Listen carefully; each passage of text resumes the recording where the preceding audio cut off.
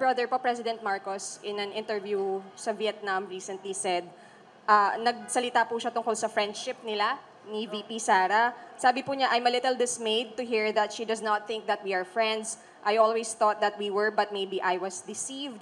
As someone close po kay President and kay VP Sara, may deception po kaya bang nangyari? Magkakaayos pa po kaya sila? Nako, kayo talaga. Kapag may dalawa kayong kaibigan na hindi nagkakaunawaan, gagatungan mo pa ba?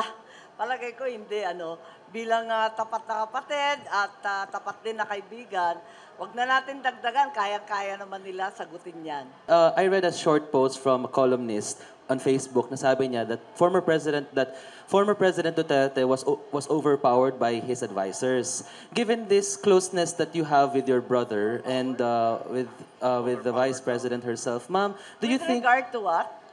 This is with relation po dun sa sinabi niyo na para bang I remember na overpowered by his advisors. By his advisors and not by those people who he thinks na nagtitiwala at nagmamahal po sa kanya. Ma'am, do you feel po ma'am na si Presidente ay para bang na-overpower po ba siya ng kanyang mga... Ang kapatid ko o si Yes. Presidente Duterte? Si Presidente Marcos po. Si Bongbong. Do you- Laging sinasabi na napakabait ng kapatid ko, pero palibasa mabait, wag naman pinagsasamantalahan. Pero ma'am, do you still try to talk to him do you still try to talk to him about yung mga nangyayari and advise him for some reason?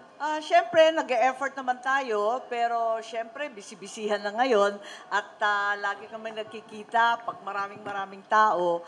Kaya't kung minsan, nasasabihan ko, pero kung minsan, mahirap kasi ang dami nga nakapaligid. I've always said, even when I was a 15-year-old, a bratty 15-year-old, that Malacanang is a true snake pit. Ay, sabi And niya yan. it no? is. Sabi niya may ghost pa.